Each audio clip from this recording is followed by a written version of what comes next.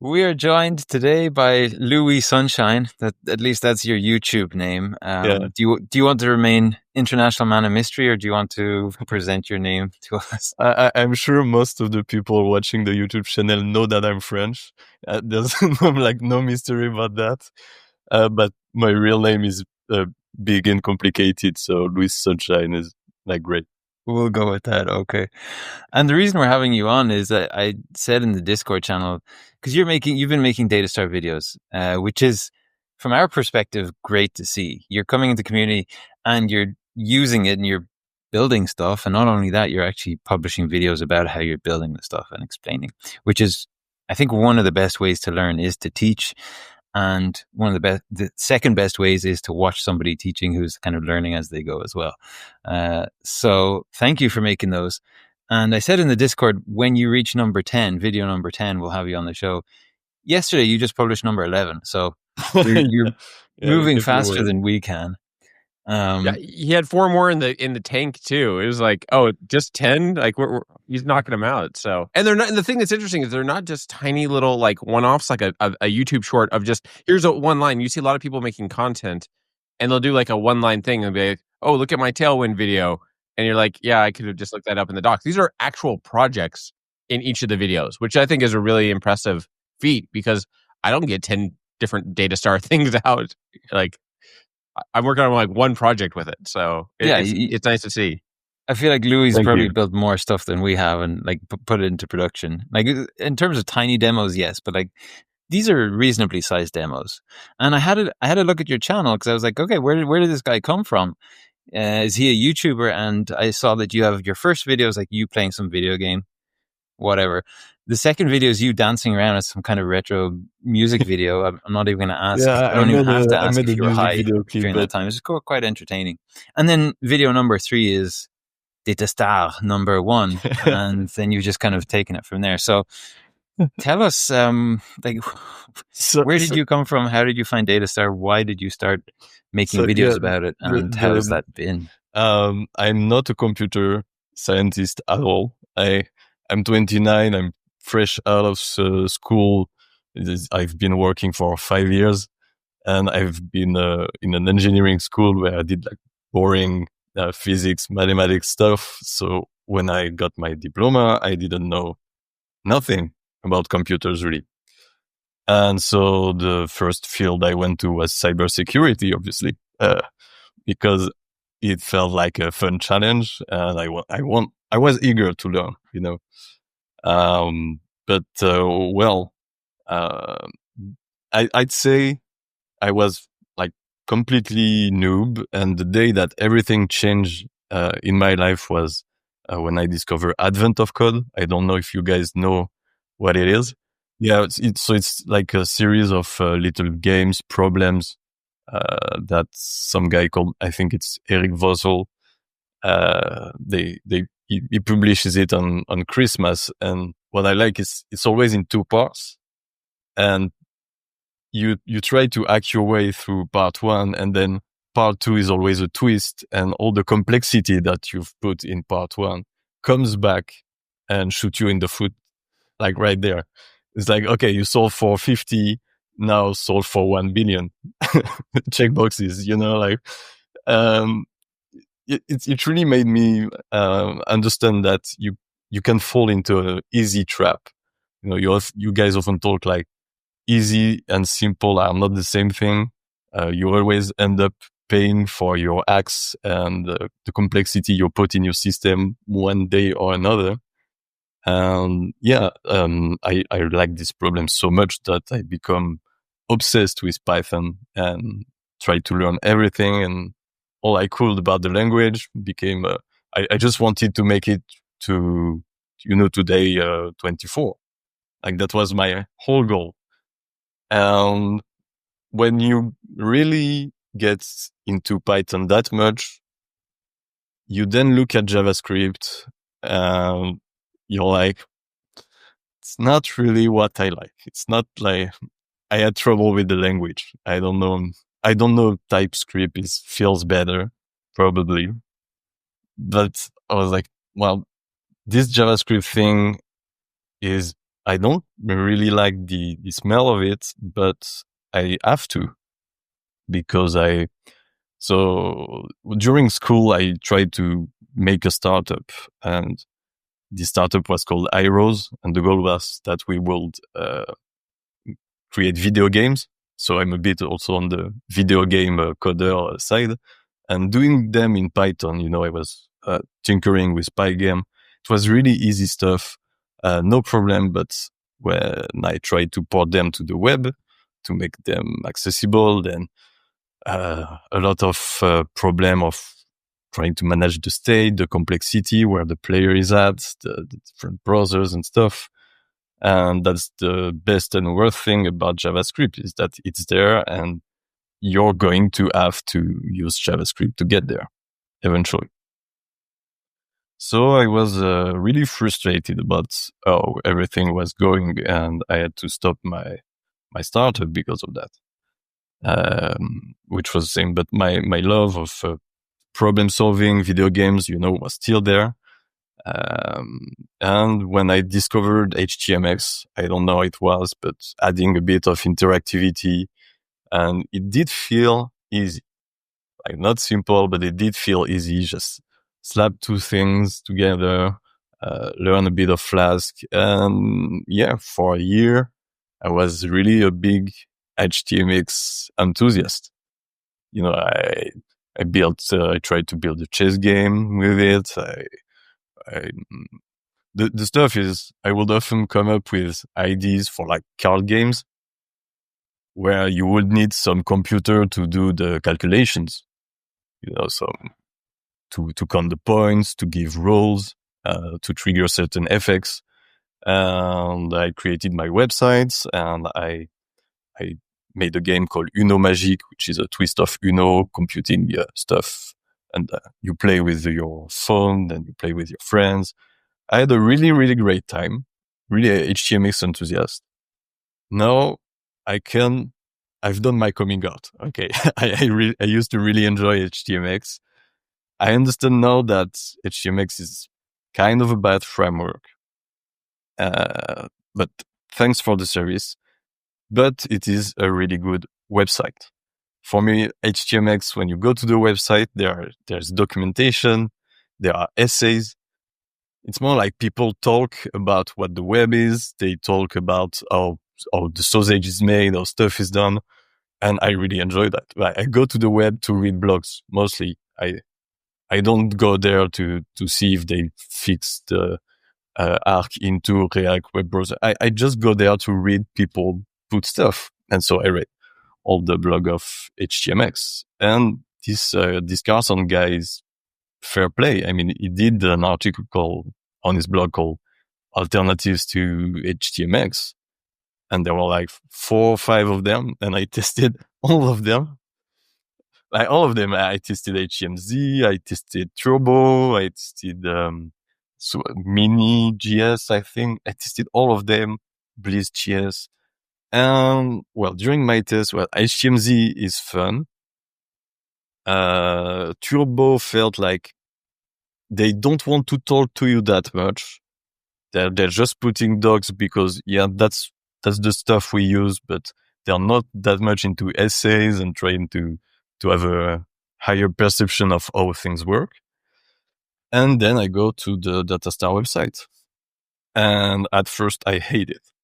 Like, I'm like, okay. The reason because I hate it is that you make a bold claim. You say, okay, Datastar can do is like HTMX plus Alpine, but better. And the thing is, at the time, I was really into Alpine. Like, I was digging through the docs and trying to wrap my head around it. And I really didn't like Alpine at all. I was like, this is false simplicity. You're going to have bad markup, and it's going to blow up in my face. Like, I can feel it. I have this spider sense from Advent of Code of this is not going to end well at all. This won't scale to 1 billion checkbox ever, even with Enders and 2 tons of caffeine. It won't happen. And so I was like, oh, so these guys, they take their inspiration from Alpine, the bad start, But then I read all the docs and I figure out there's essays on this. So I read the essays. The essays are fantastic. They're really great. So I'm like, oh, yeah. I'm going to try to dig a little deeper. I see that they are using data attributes, and I've been using that in CSS already. Data attributes are great, and I knew that they were part of the spec. So that was like one big point for Datastar. Like, these guys, they did their reading. They are starting from the spec. Good engineering job, guys. Like, I'm starting to breathe. I'm starting to feel a little bit better. And the nail in the coffin and the killer argument for Datastar is when I think we had a polling discussion, and you were like, yeah, we do polling. It's not like a plugin or anything. It's not native. We can do polling. Like, polling is there. You can do it on a, and it's really because I was creating games and I thought a lot about it, and I did not find any way around it. Like, for me, if I wanted real time with HTMX, I had to poll. It was clogging my logs, the access logs of my server.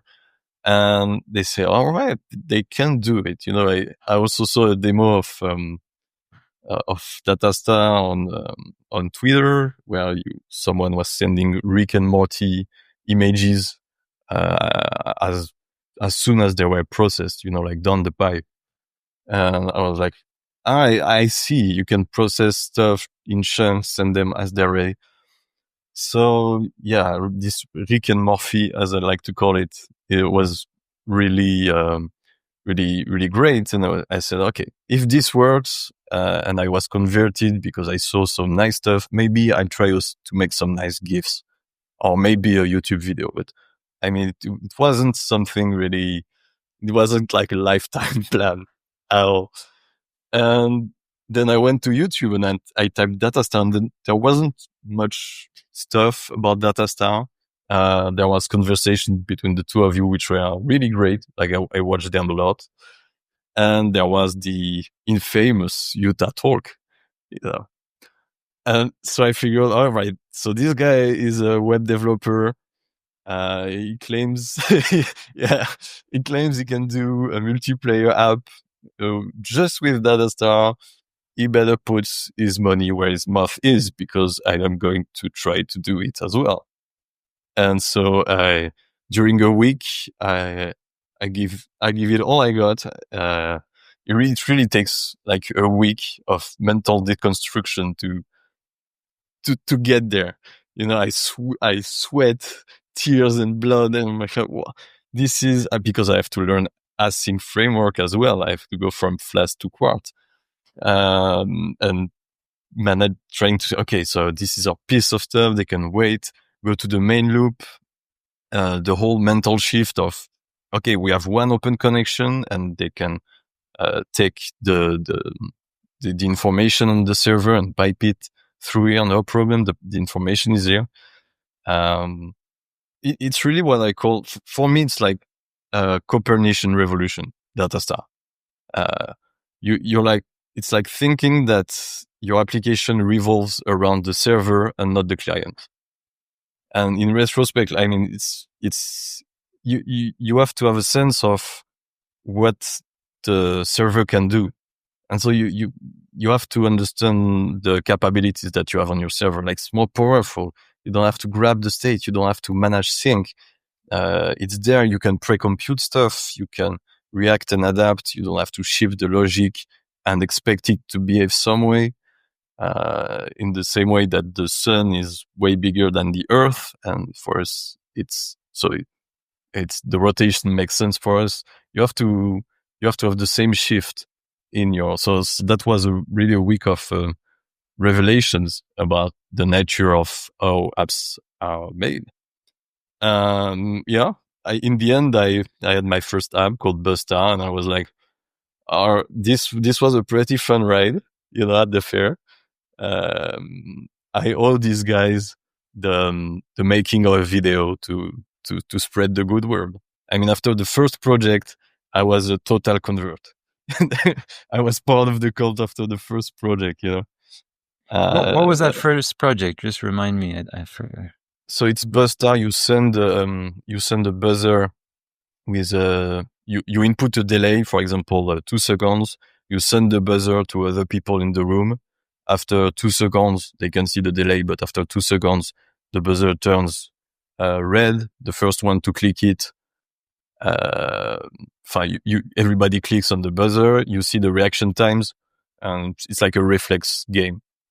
Mm-hmm. So it has real time. It has multiplayer. Everything that you multiplayer. Everything that you were saying. Right? Or I think I tried to do it because I was totally fanboying Delaney, trying to redo his stuff. But having developed games in the past, I know that I needed an MVP striped off every fluff that I could just make rooms.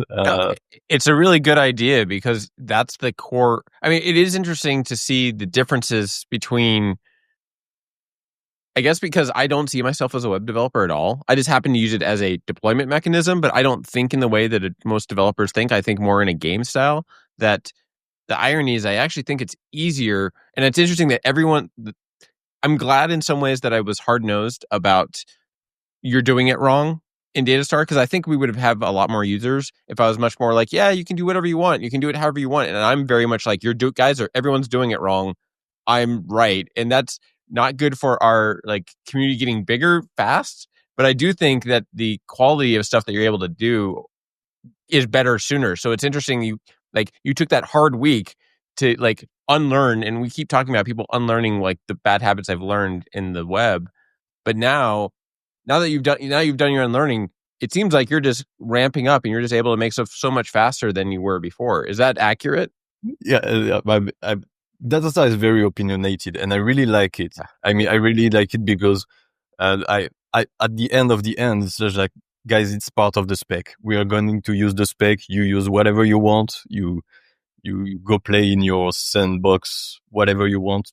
We are going to start from the spec, build something solid. And yeah, that's how I feel. I mean, the initial plan was make 2 videos because I had another idea. Then I had another idea. And I just code stuff. I have another idea, and we're like, I wonder if Datastar can do that. And of course, Datastar can do that. And I just keep going and going. I have 5 videos down the schedule. Really, really awesome stuff. No, I want no project to look too similar to one another. I don't want to rehash the same stuff.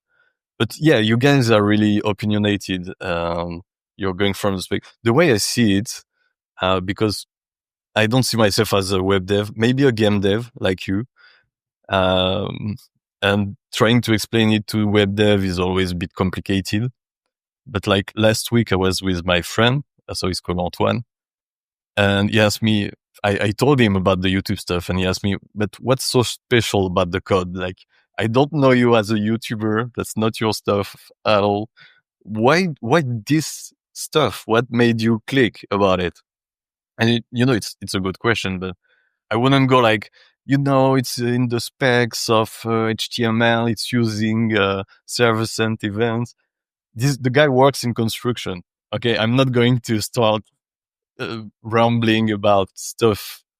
And the way I explained it without mumbo jumbo is one, it feels perfect in the sense that there's nothing to remove about the app. You can add stuff, but there's nothing to remove. It's stripped. And the way I see the drive that we have I don't want to say in the industry. I'm not in the industry at all, really. But the drive that developers have is something like the Dragon Ball. So maybe you haven't seen or read the manga Dragon Ball. Maybe you do know about Dragon Ball? Not at all? I know over 9,000. That's about the amount that I know. Yeah. So Dragon Ball is called that way because there are Dragon Balls scattered in the world. And if you collect 7 of them, a big dragon appears and he grants you 1 wish. And then the balls are scattered again for 1 year. They can be used. Everybody's guarding them, protecting them. They fight to get them because they want their wish to be, they can revive other people. be emperor of the universe. The stuff is really simple. And the way I see this is like that for me, Datastar is like one Dragon Ball. I have this big dream of making startups, communicating to people, bringing, value to the world of, fun games, fun blogs, fun stuff. And I'm trying to collect my Dragon Balls to make the thing come true. And like once I have Datastar and I know it, it's like, it won't move. Like it's solid. I can see it. It's orange. There's a star in it because it's Datastar. It's glowing. And 6 more to go to invoke the dragon. And I think, for example, a good learning of HTML and CSS is a Dragon Ball in of itself. A good understanding of how your server works is a Dragon Ball. And then you try to collect them because you have a dream. You have a wish that you want to make come true. And then you have other people, they come to you with a tiny plastic dragon, and you're like, can my wish come true? Is the thing? No, it's a shit toy, but I'm selling that. It doesn't have the shine of Datastar. I mean, you do realize that you're going to have a Dragon Ball themed thumbnail now going on. Ben's going to find a way to make that work. So yeah. a French Dragon Ball thumbnail is going to be the core of this. Because I mean, it's a good point. In like, for me, Datastar has been nothing. Oh, sorry, Datastar has been nothing but a. Hopefully, you don't think we're making fun of you. We just love the way you say it. No, it's like it's so funny. Yeah, it sounds so much like my voice. I have a terrible accent, so Datastar sounds terrible, but Datastar sounds really good. My wife likes your voice, so for me, to me it's been a yak shave of just I needed these real time tools to make the things that I want my wish come true of the things I want to build. And it's interesting to see that now it's to use this solid lockdown thing. And for the last few years, it's been this ephemeral thing that we finally locked into the form that you are now able to use it. So it's kind of interesting to see that like we had to go make that stupid ball. But now it's in a good place where it is solid. It is something people can start using. It's interesting to see an outside perspective to that because it feels so fragile for a while there. And now it feels pretty solid, but it is interesting to see someone else is like, "Oh no, this is solid. This is like no problems. Everything's great." It's an interesting change. I love it. It won't rot. There won't be software rot. And working in cybersecurity, I mean, you see stuff all the time. Like you see legacy systems. I had to intervene on, terrible backends, but stuff that was written in COBOL mostly holds up. It was solid at the time. So yeah, I'm concerned about software rot, and the Dragon Ball don't rot. And there's this stuff. It's just like 12 kilobytes of code. I can copy it. I can write it on a piece of paper on the Louvre, and and it's there. It's there. Learn it. Collect the rest, and invoke the dragon. Make your wish come true. So I want to say to people watching this, if you do have a wish, because the other thing is try to get your voice up there. I come from a place where nobody knows anything about computer science, though. So the first thing I would say to people who completely don't know the stuff is not set up a server or whatever. Just put up a blog and read other people's blog. We created the way to communicate with each other.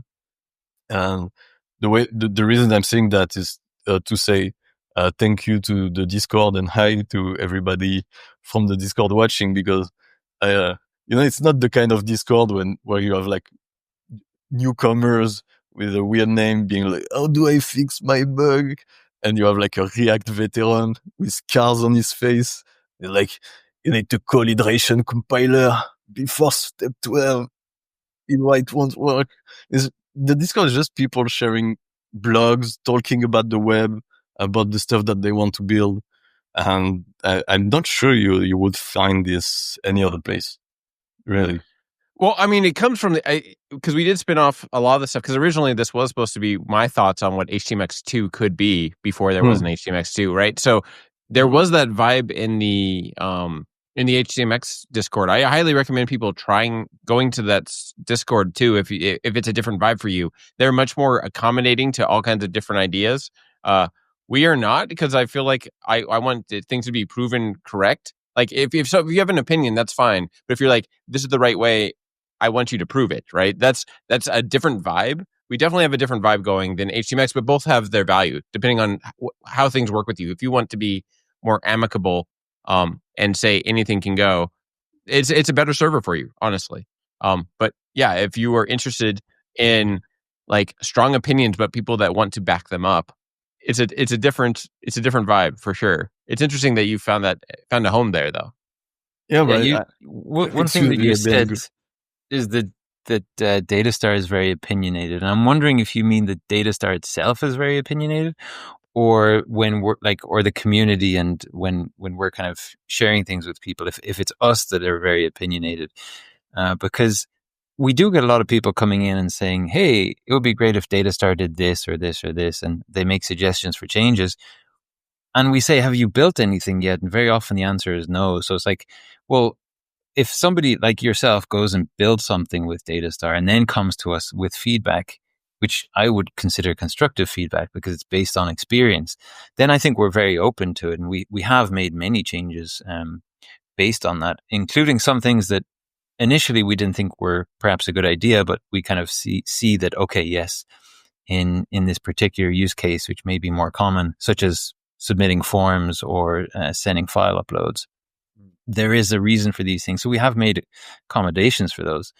But other times it's like if people want changes without actually having built anything with it, it's like, okay, well, go build something first, then let's talk about it. And sometimes that comes off as, I don't know, strongly opinionated or dismissive. I don't know. Or both. Both is fine. Or both. No, I mean, we're the Grugs. You know, like it's like in the essay, Grugs around the fire. We're just the Grugs. You just go make the fire. Your big brothers about it. Sometimes it feels like we're just rambling around in circles, and you have a library to finish, and you're like, "No, guys, please, please try to make some reading first." And that's really funny. But yeah, Grug development for me is not like code like a Grug. It's like talk. You can talk to a Grug about code. The most important stuff is the discussion, and if you come to the discussion empty-handed, it's like it's a terrible. In a way, I would say it's the same. It's the same. Same difference between Datastar and React-like frameworks, because they are terrible conversation starters. It's like if they want you to accept something, they want you to load a bunch of stuff to prep you up before you even start to make a clip. You already click the link. You're in the browser. You want things to go fast and some content to appear. It's like someone asking you, "What is your blood type?" "Oh, I don't speak to you. I only speak to the correct blood type." So data size is just, well, I'm a 12 kilobyte shim that lets you do your job. Now the question is, what is your job? Because at one point someone is going to ask this question. Okay, you can. I mean, what is your job? What do you want to put out there? Do you want to make a blog? Do you want to make games? Do you want to make portfolios of your? And that very often ends up being our leading question. What is it that you're actually trying to do? Stop saying, that Datastar can't do this and it can't do why doesn't optimistic that? updates. Yes, it Okay. can. I just don't want to show you Yeah. because I think I'm trying to help you not hurt yourself. But yes. How's that going, Delaney? Oh, so just we'll aside because yeah, it's funny we talk on Discord all the time, but we don't really talk in real life. So I got into a fight with the Remix Pope, Orion Florence, I think. Yeah, and basically he was saying, "Hey, make his Trellix app that he made in Remix. Hey, make it in Datastar first, and then like I'll take a look at it." The problem is that it's all optimistic updates. It's doing a bunch of like lying to the user, and it doesn't do collaborative stuff, which I think the whole point of a Trello board is to do collaborative, real-time, synchronous stuff. So to me, the whole thing is completely moot to some degree. The other part of it is is that I said, hey, I think it's table stakes to do the collaborative part of this, right? Like, I think that's the most important part of this. He's like, yeah, I don't care about that at all. It's like, okay, you don't care about it because you can't do it. Like, that's the reality of the situation. The irony is that to make it a really nice version of his, because we can 100% do the Trellix board in Datastar, like 100%. But the way that I want to do it, I was asking for a couple of features in Temple, which is the templating framework that I'm using in Go most of the time. And I wanted to make it so that it was really easy to read.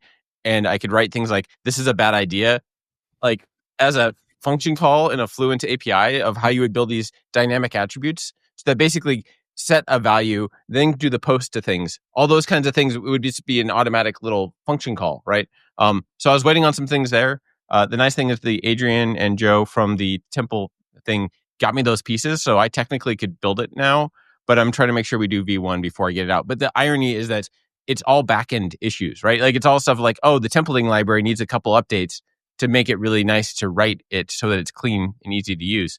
But it's still a terrible idea. I'm literally going to name it like terrible idea is the prefix for these things. So not that I'm opinionated or anything, but the interesting part will be once I write those things, we'll be able to redo his Trellix demo like verbatim for what they did, but I don't think they'll be able to do the opposite. Like there'll be no code changes for us to take the optimistic UI version and make it collaborative.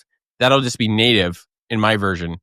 And it'll be like, okay, now what? Like I know that I can prove you wrong, but what does that get us? Because I don't care about the spa people as much because they've kind of already made their bed. And when you say collaboration doesn't matter to you, it's interesting to see outside voices because I think that's ridiculous. I think it's the dumbest thing I've heard on the internet since Theo's talked. So, it's hard for me to not start fights with that stuff because I just think you're wrong. It's an interesting set. So the news is that I am ready to rock and roll with it, but I'm putting it off until we do all our V1 stuff. I still owe Ben things, so I'm not going to do it yet, but that will be coming. Unless you decide you want to do a Trellix thing. My only issue is that you'll probably do it in Python, and I want to like murder them on perf and stuff, and that's harder to do in Python. So I feel like it's either way. Do it or don't do it after V1. I think it's a rigged challenge because it is a rigged challenge. That's the problem. It's for sure. Because if they're not going to pay attention to collaborative side, then all you can do is match them with Datastar, which is like, I don't know what that proves. It proves that you can do it with a one-time shim with no content going down, and it's going to be faster and it's going to be less code. Like it's going to be 10 times less memory, at least. It's going to be multi-threaded. It's going to be like less to run. It's less in every way. That should already win in my view. It should already like show you. But again, that's an interesting. I don't know if those are the types of metrics that they care about. Like I don't know. Well, and my thing is, I don't care if Ryan thinks even going head to head about. What is it? I guess my thing is that I don't care if Ryan or any other SPA framework guy thinks that it's wins or it's better. I care about the people like Louis or someone else is coming into it and going, hey, this remix thing is like the best option in the React space. Oh, this other thing just like is faster and better and it's a smaller and I can use any backend I want. Those are people I care about. Otherwise, like, arguing with people about their SPA framework of choice is not my idea of a good time. So, yeah. Maybe, Louis, one of your next videos is going to be a Trello, what is it, Trello or Trellix clone that is collaborative. What is Trello? I have no idea what Trello is. Trello is the board where you basically can have you can set up a bunch of like... is it like a Kanban? Yeah, it's like a Kanban thing. Yep. It's the same kind of idea. And there's a Trello clone called Trellix that the Remix guy did that's showing off like making a full app with it. My problem is it's not a full app. It's not even close to a full app. Like it only does the front end part of it. It's like, okay, but what about all the back end stuff that's going on to make this happen? And then they do some stuff with very simple SQLite and stuff, but it doesn't actually talk about performance or really concentrate on the hard part, which is the back end. Like the back end's the hard part, not the front end part. So ideas just keep coming, and it's like what you say. Like you made a challenge. Datastar can do all that. It's like in mathematics. If you find one counterexample, then it's like proof by absence of counterexample, and I'm fine. I can roll with that. Just throw your best at it, and we'll try to build it. Yeah, no, it's really exciting to see someone else have that mentality, because it does feel like I'm just being egotistical, and it's like, no, guys, this is really simpler doing it this way. Please prove me wrong. Like, just show me anything that you can build that I can't build. And this is your world. Like, this is all you do all day. I'm doing it on the side while I'm doing other things. So like, you should be able to find something that I can't do. Um, it is interesting though that I found, and I don't know if you've run into this too, that I'll say, like, for example, the optimistic update thing, which obviously we've talked about many times, and me being very much against for a bunch of reasons. But it's weird to me that they don't, because they haven't seen an example of Datastar doing it, they think that it's not possible. Like, but it's very clear. You can just like set a signal and then send a ref. Like, you can just do that. It's not a hard leap to make to say I can do optimistic updates. But none of these guys have actually thought about it enough to even make that one leap of like, I can set a signal and then send my request. Like, that's not hard. It's just, I think it's really interesting that no one's shown it, even though it's very clearly like a two-step process. Like, it's not hard. I don't know. It's an interesting vibe to me that they don't even try. Well, when you start putting signals in a lot of space, and in the beginning I put signals everywhere, and it reminded me of my first year at Advent of Code, where I would put flags everywhere, like booleans all over the place.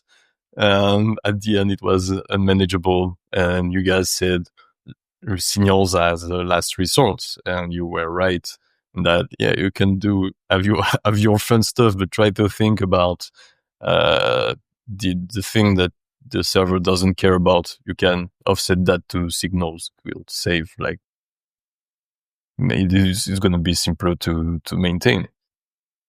And with HTMX, you often have a lot of routes as well, because you want to change so many elements.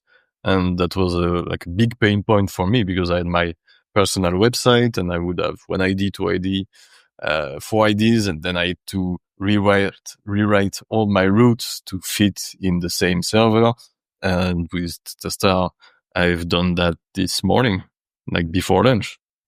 It was no big deal to take 3 projects I had coded and add them to the main website.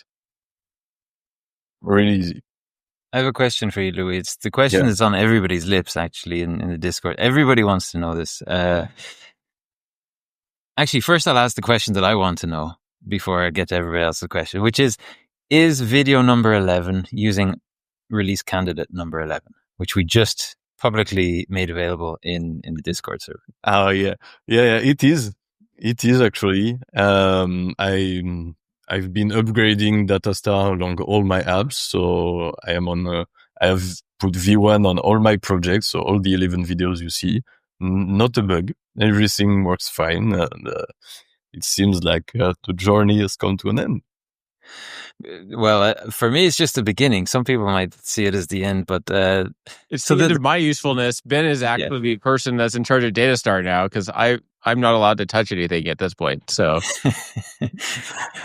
well, we'll talk about where we are with the website and actually the launch of V1 in a few moments. The question that everybody else wanted to know is what's with the music track?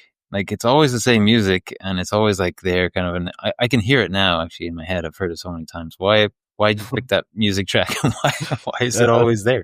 I'm a musician, so I make my I made like 500 tracks already. That's my number one passion in life is in music.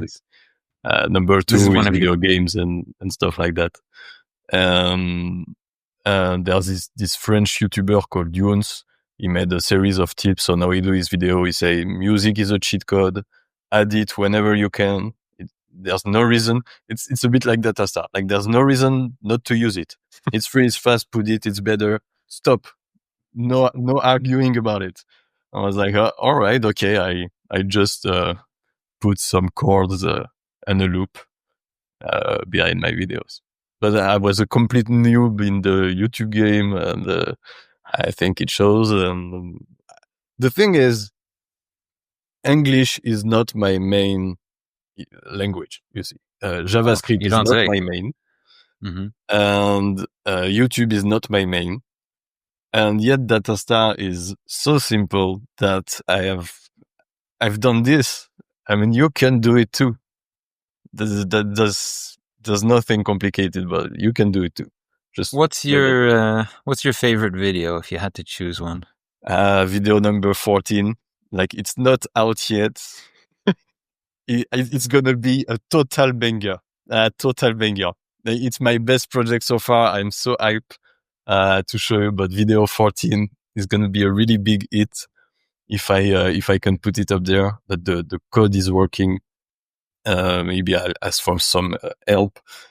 I mean, if you're going to talk about 14, which doesn't exist for anyone yet, you might as well talk about version 140 that you have coming out soon after in the next week. So, Well, yeah. what's your favorite video that is out there that people could go watch? Like in terms of like what you learned from it and the What I challenges. learned from it, I really enjoyed the chess game because I want to create, like, I have a friend that I play chess with, and we play this chess called fish chess. Hard to say, so in English. oh, Fisher? Yes. And it's a game we invented where the pawns eat in front of them, not diagonally, but in front of them. So I want to recreate it, and the chess video was a step towards that.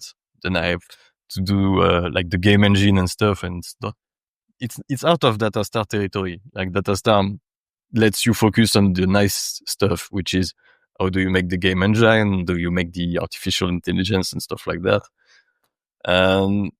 I would say my favorite video is the 10-second chat app, because seeing people coming and saying hi, and just seeing these messages appear in real time, I don't know, it felt really nice. It's not live. I bought the domain this morning, so 10-second chat. Everybody can use it if you want to have some disappearing messages and And the name conversations is the with my name guest. pretty much describes what it does, right? Like the chat disappears after. Yeah, it's like like a collaborative Snapchat, I guess, for Yeah, these. yeah, stuff. I like the messiness of it, the anonymous part and the messiness of it. Yeah. There's something where the communication is more efficient that way than in Slack or in Teams. And I can't put my finger on it, but I really like it. So that would be my favorite video, I'd say. Yeah, I feel And like there's something what did you special. what video did you both of you like the most? Oh, I'll come to mine in a sec. But what I wanted to just catch on to there is the collaborative nature of the demos. Like, I don't think all of them were multiplayer, but a decent number of them were. Yeah. And if I think back to Anders's demos as well of what's he got, the billion checkboxes now, where you can see what other people are doing in real time and you can take part in that. Like, there's something very special there that I agree. that I feel like if you're like building a little demo that just runs on localhost, yeah, it can be a little bit of fun. But if you can't share it with the world, or if you can't interact with the world through it, then I feel like you're missing out. And just to bring it back to like the collaborative nature of web apps and what Datastar allows you to do, I think that's a huge win. Like in terms of keeping the ideas flowing, like, because you seem to have more ideas than you have videos, which is great. Like, you could just keep going on this, and it's just snowballing. And I feel like that's a big part of it. So, are most of the ideas that you have going forward, are those collaborative multiplayer things, or is that less relevant? No, just I have Datastar so I can slap multiplayer on it. Like, I turn the multiplayer switch on, and that's it. Yeah. It's mostly just to make people angry about it. Yeah, but the multiplayer switch. Why won't anybody just make a CRUD app with Datastar? Why won't they do it? I keep asking people to just make the simple demos. No, the answer is because it's so simple. Like, once you realize it's the same amount of effort, Yeah. Why would So you do it that way? Like, your favorite video was the to-do app. You said, oh, finally someone building a to-do app, right? yeah, I mean, it's so funny that I mean, it's funny. I don't have a favorite video in more that I love to see that as you're doing more and more, Datastar has very little to do with the Datastar videos, which is exactly what I want. Like almost none of it has to do with Datastar. It's like, okay, here's a couple tags. You put those on, and everything else is about you figuring out in Python and figuring out what you need to build, like exploring Flask versus this other thing. Like I'm not even a Python guy anymore, but that's exactly what I want to see in a Datastar video. That you're like, oh yeah, I can do this real time multiplayer thing. Okay, that's fine. That's the easy part. Like making the UI for it. It's more how do I think about my problems, and that's what I love to see. It's made me really happy to see that there's very little Datastar in every one of your Datastar videos. That makes me happy. Also, the fact that you're doing them in Python is great because Python is so easy to read. Like, it's really, I can't imagine a better language for making these types of videos. Main focus on readability. That's why I also do these big F strings, so like you can really see that it's plain HTML, no magic. This is the only stuff I know, so I won't do. But this is, as you said, Delaney, this is where I am comfortable, and Datastar doesn't force me to go anywhere else.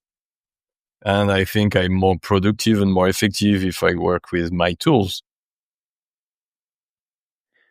In terms of my favorite video, I maybe it's because it's the most recent one. When you were working with SVGs, I love.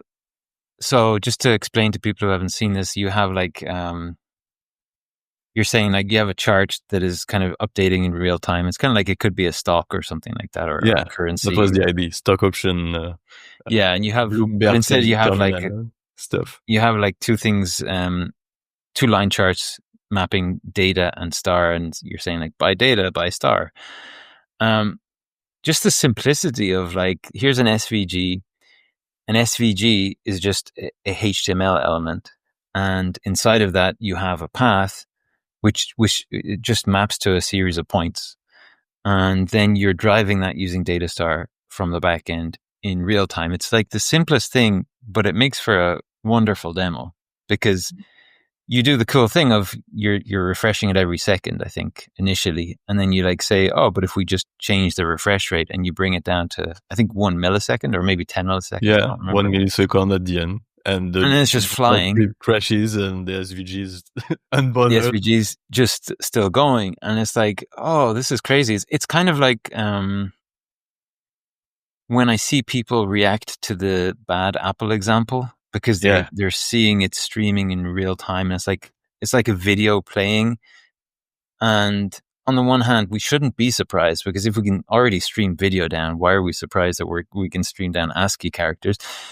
But the fact that you're driving this chart that is updating, 1,000 times a second, using this one long-lived connection is wonderful because it contains everything in there that I think is like I imagine like that 1 week that you said you struggled the first week when you learned Datastar. I imagine like if you had that as a starting point, that would give you a big head start. That's my big hope. Yes. Yeah. I mean, so I've been actually doing it a little bit with SVGs recently too. It's so satisfying to just be able to just create, like draw, like you can just draw and you're not drawing on a canvas, you're drawing like these, vector images in real time driven from the back end. It's pretty amazing. So, I mean, I liked a lot of them. I liked the chess game a lot. I like Scream into the Void, and like there's really original ideas there, and each one is completely different. One of the things that I'm starting to work on that will be in the pro Datastar stuff, but we'll make sure to get you a copy of is I'm going to be building some animation tooling. So what's interesting about that for your use cases, for example, in that chart, you'll be able to say only giving an update every second or every half second, but you can make the animations last a second. So for the end user, they don't even see, because it's constantly going to be able to update any attribute and stuff, so that you'll be able to update that chart at that point, and it'll automatically move the points for you, so that you'll even be able to get that real time feeling with like 100 the data usage as well. Which should be a pretty interesting. I can see you using that a lot. Yeah. View transitions is still a bit clunky, but in the previous SVG video, I did that with anim.js, which is like fantastic app. Now I slap it everywhere as well. It's really great as well. Yeah, would make it so that you not even have to include anim.js or anime.js or any of these other ones. It'll just be a native thing that you'll be able to just use directly, just like you use data-adder and whatever. Yeah. It'll be like that for anim. So you'll be able to add animation to any attribute anywhere. That's the hope. And you have your CSS stuff going as well. That's the hope. So that's not the end of your work. Yeah. No, but my work on Datastar, like the actual library, is kind of done at this point. So, which is good. Like that's good because now we can build more things on top of it. So, yeah, in terms of where we are, it's interesting that you brought that up, Louis, because I wasn't aware that was your journey, that you were reading a lot of essays and you were, I guess, exploring hypermedia, and then eventually found your way to Datastar. And then your reaction to the Datastar website as well is interesting. I hate it. Yeah. I hate it. No, that's true, but this is really, I just enjoy I enjoyed reading the stuff almost as much as making it. I like reading the blogs, I like the conversation. I think the web is fine, and for professionals who want to push it further and have good tools, then you can pick up Datastar. But I really think if everybody made a great blog, it would be fantastic as well. Yeah, as you may be aware, we're redesigning the homepage, and a big part of that is our messaging. Like now you come to I think with the current version, or what I'm referring to as the old version, you come to the website and you basically hear us telling you how Datastar can do anything better and faster than anything else. Now we're changing the messaging a little bit to show you things and to pique your interest. We have like a web component up in the hero as you arrive, which is being driven by Datastar, and I'm currently trying to figure out how to show you that, like how to explain that this is not just an old Windows wallpaper or something, or a screensaver thing. This is actually like something that you can interact with and you can drive, and the thing that's driving that behavior is Datastar. And then trying to give you a look behind the curtain as well. So it's going to be it's going to be less about talking about Datastar and more about showing you some things, or also showing the Hello World example, which is kind of a streaming thing that all of the SDKs have implemented, and we have examples in each SDK for that. And I think we have the Game of Life. I don't know if we'll have it embedded on the homepage, but we'll have it at the very least a screenshot and a little bit about it. So we're trying to make the first impression be more like, ooh, this is interesting, and like give you little peeks into what Datastar can do, and then send people to the guide to read more, as opposed to like, fuck you, Datastar is great, here's how you should use it, and if you don't want to. I mean, you were trying to get cultists to join a brainwashing organization. You had to come strong. Yeah. Desperate times. I mean, no. Now like we feel confident enough, and I feel like there is enough social proof out there in terms of like what people are building with it, and people like you who are trying to push it to its limits and not getting there. There's no limits. Reassuring. The limit's the browser. One of my, not to get off topic, but one of my favorite things in the world that came up a few weeks or maybe a month ago, but during the billion checkmark thing, because we went from 1 million check boxes and we're like, hey, people in the solid community and all that, like, hey, you guys said you can do this kind of stuff. Great, do it at 1 million. And they said, well, here's a quick version. It didn't work. And then they didn't ever put it into prod. And by the time we keep calling them out on it, Anders went and made the billion checkbox version. The one thing that was interesting about the Jay Larkey thing, I don't know if we said this on the podcast, but he basically said, yeah, the browser's not very good at scrolling. And I'm like, okay, so if the GPU is your issue on your M4, like, it's not a Datastar problem. Like, I'll take that as a win.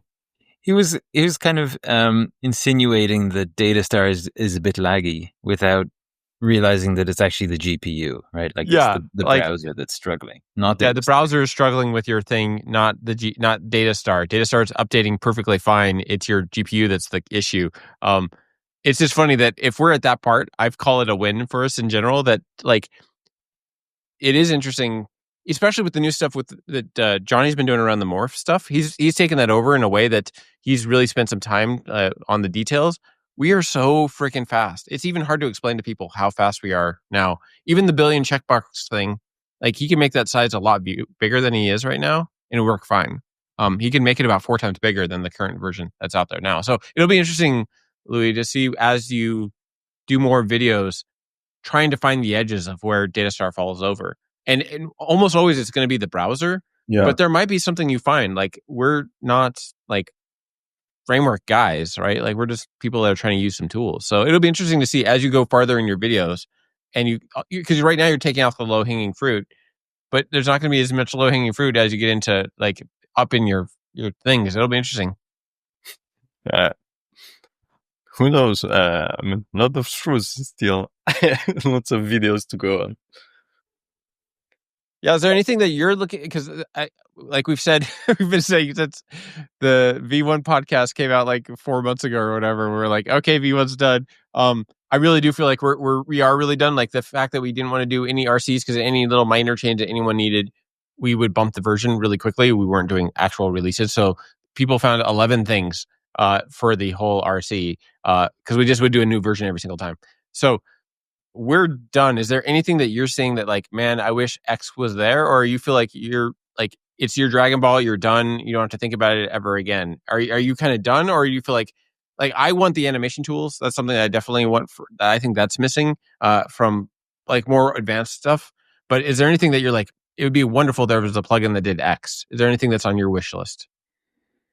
On my wish list, no, I stand by my analogy. It's my Dragon Ball. It's there the same way like CSS.gold is my Dragon Ball to build stuff. The thing is, I can't summon the dragon yet, because I still have to. You notice in my video I use TinyDB. I still have to do my own legwork on SQLite, Postgres, stuff like this. I don't feel confident in Redis as well. I only have one server, so I have to start tinkering with hypervisor and stuff. I still have a lot of Dragon Balls to go collect. This one, I keep it in my pocket, and I'm happy with it. I'm really happy with it. No, that's good news, right? That's what you want. You want it to be something you don't think about that much. Like you don't want to be you don't want to be a Datastar developer. You want to be a guy that happens to use Datastar, right? Like that's the hope. I want to be able to sponsor the thing if I ever make any money out of it. That's all I want.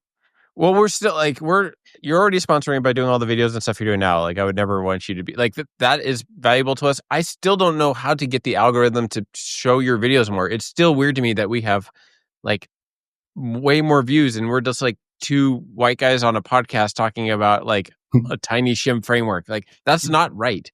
I'm really surprised that there hasn't been more pickup in the Python community and stuff like that because they're about fast iteration and trying to show off all the things that Python can do. I'm surprised that it's not gotten more feedback yet. And I hope that changes because it's really good content. Like, I'd like that as a plugin. If you can add data marketing, that would be a nice plugin.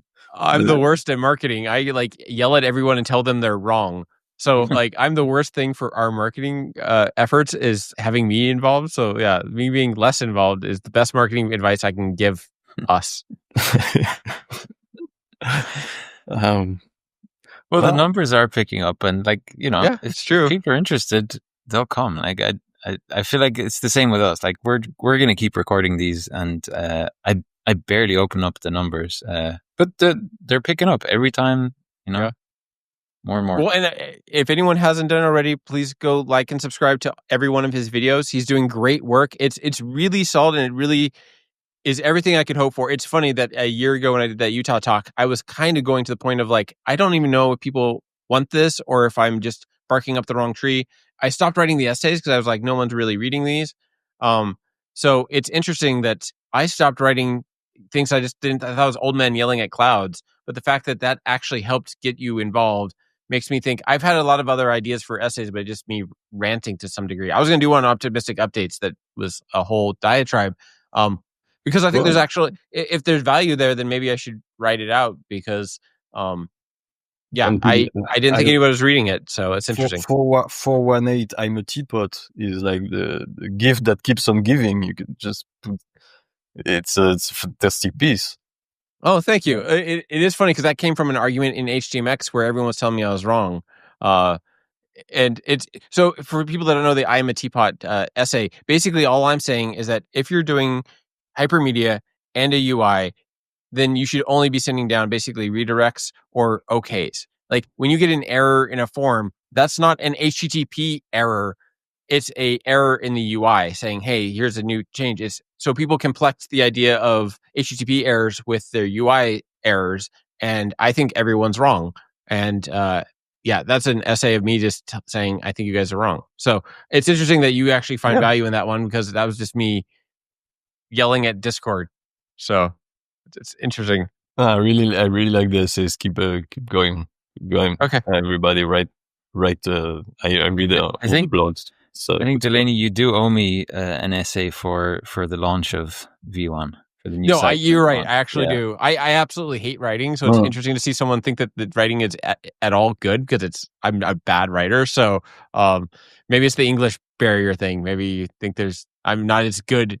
I'm actually really terrible writer. So you did the road to V1, which was really great because you explained that the 14 kilobyte wasn't a vanity metric and that you weren't taking any shortcuts to get there.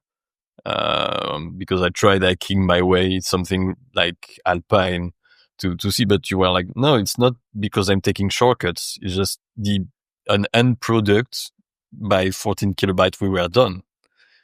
That was not the intentional part of it.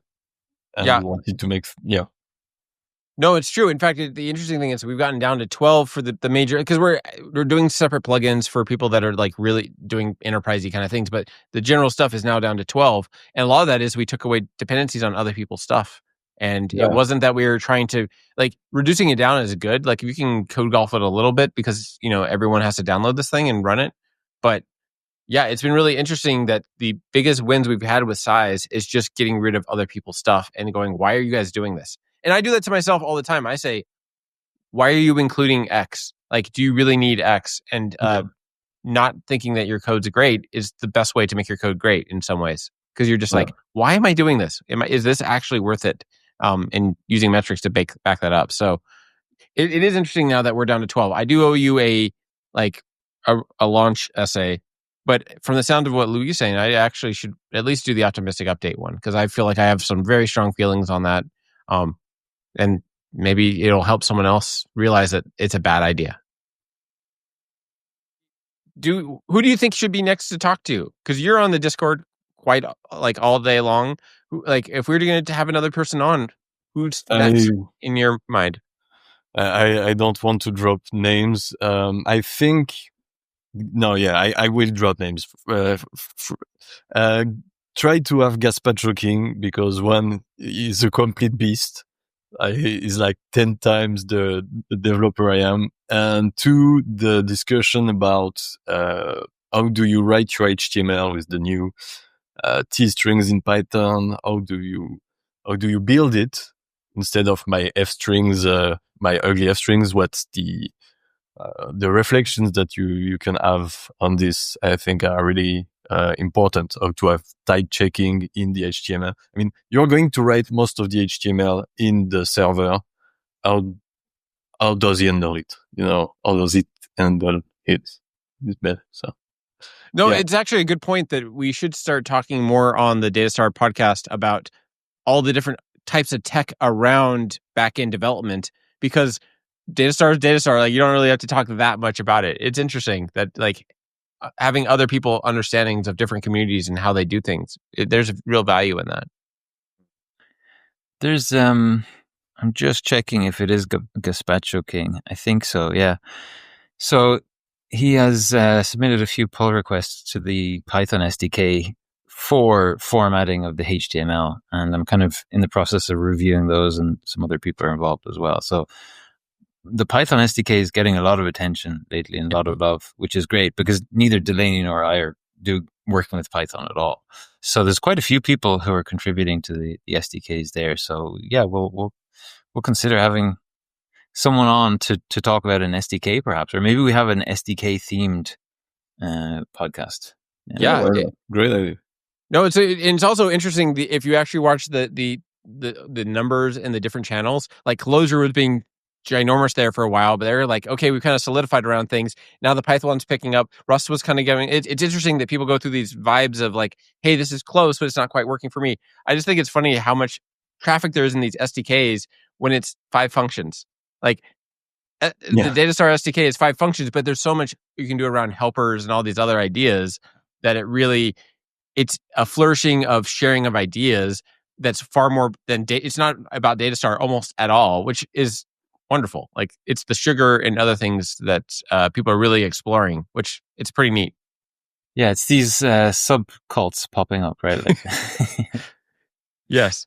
So as head of media for the Python cult subcult, thank you for your service. You're welcome. Thank you. Thank both of you for the fantastic library. It's been a blast. Be sure to subscribe to my channel because video 14 is going to be the bomb. Yeah, have a great time building. Thanks to everyone in the Discord for the fun times. And thank you too for coming on, and I look forward to video 140 in the very near at future. least 140, right? It's over 9,000. All right, bye guys. Have a good one, guys. Bye bye.